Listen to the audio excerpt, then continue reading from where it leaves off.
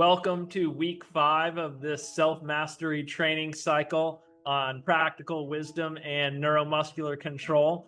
This week we have our usual twofold focus where we're looking at self-control with pleasure and pain, and then also looking at transitions from kneeling and sitting to standing.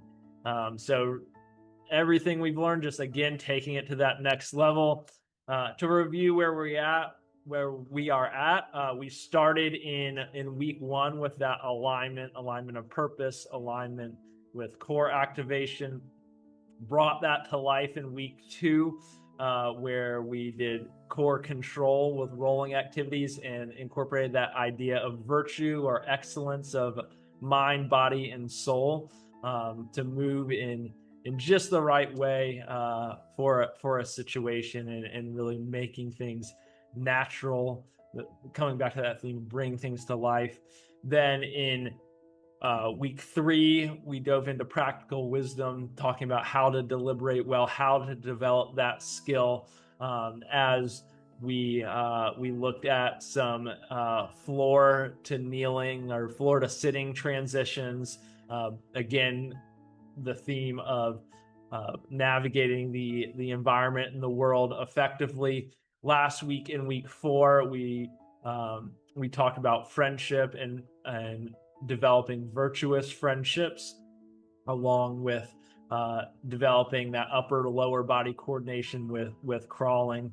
And now this week we're jumping into the next stage is self-control, along with the transitions up to standing. So now we're getting into what you would consider maybe before you were more like infants and children. Now we're learning to stand and walk and eventually run. So we're developing some of these more mature skills. So I'll do a quick lesson on self-control, and then we'll dive into the overview of this week's training. So like I like to do every week, imagine or think about a time when you knew the right thing to do, but you just couldn't do it. Either you were too lazy, you had certain desires that weren't aligned with what was necessarily best.